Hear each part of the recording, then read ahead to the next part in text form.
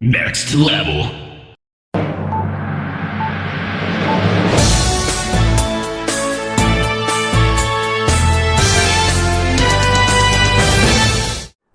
I find RCs very difficult.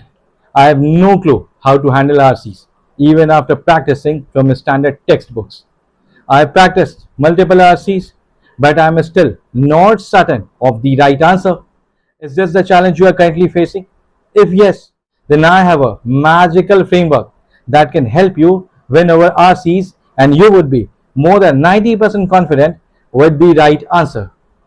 I call this framework ACT, wherein A stands for author, C stands for context, and T is for tone of a passage. If you really understand the psychology of drafting an RC, then you can easily understand the ACT framework, and this framework will eventually lead to identify the right answer. Most of us are good at quants, but we struggle to perform in verbal sections. The reason is that we treat the verbal section as very subjective. And what if I tell you that the verbal section can also be seen as quants? Would it really serve the purpose? For that reason, I have devised the ACT framework in such a way that it really transforms the verbal section to look like quants, which is very objective in nature. Use pencils to make short notes while reading editorial. I think this is what we all have been advised. Yes, it is a good practice, but there is something that no one advises: to look at the author's name below the editorial section. This is the key to applying ACT framework. RCs are the true images of editorial, and RCs or editorial always use two types of information.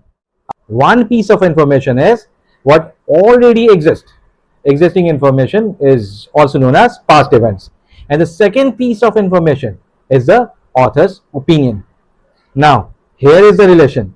In any RC, the author uses already existing information as a reference to express his opinion. With no existing information, the authors cannot give their opinions. Now, opinions are also of two types. First one is contradicting opinions, and the second one is supporting opinions. When authors use contradicting opinions, they use contradicting words like however, but, still, yet, though, except, in contrast, etc.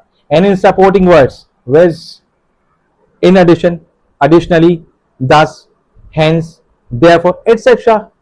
Taking help of such words means that the author has appeared now. Usually, starting statements are existing information, which is also known as past information, and the author comes later using either contradicting words or supporting words. Hello everyone, I am Sunny Sinha, an alum of IIM Lucknow, and to help MBA aspirants, I have created a dedicated Telegram group where you can get your doubts solved, discuss strategies, and stay updated with the upcoming RC practice sessions and frameworks. The Telegram link is already in the description box. So join the community and accelerate your preparation. To stay updated for part 2 of the ACT framework, where we will actually practice an RC using the framework, so please like, comment, and subscribe. All the best for the upcoming examinations. Thank you very much.